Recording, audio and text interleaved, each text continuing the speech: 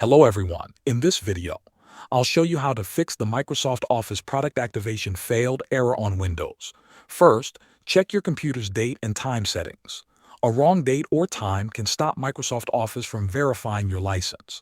Go to the bottom right corner of your screen, right-click the clock, and select Adjust Date and Time.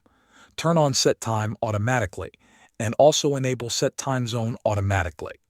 After that, restart your computer and open Word or Excel again to see if the problem is fixed.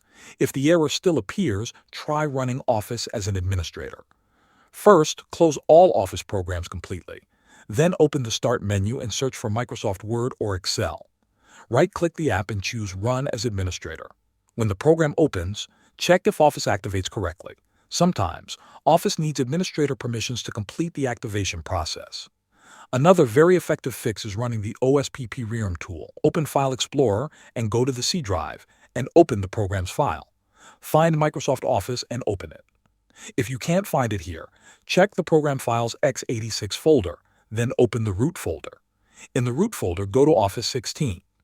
Inside that folder, find the file named OSPP-X. Right-click it and select Run as Administrator. Let the process finish. Repeat this step 3 times.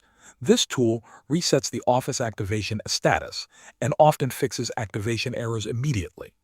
After completing all the steps, restart your PC and open any Office app again. Thanks for watching.